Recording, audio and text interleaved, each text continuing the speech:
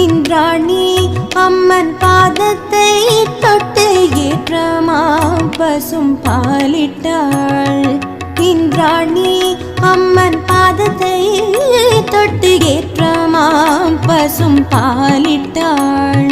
பன்னீரும் கங்கை ஜலமும் கோணர்ந்து பாதத்தை தொட்டலம்பினாள்.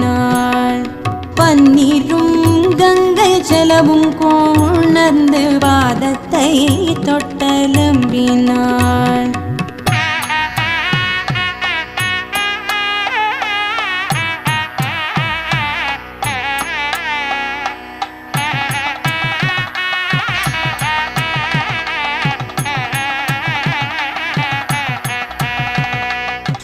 பழத்துடன் பாலும் கலந்து பக்தியாய் கையில் கொடுத்தாள்.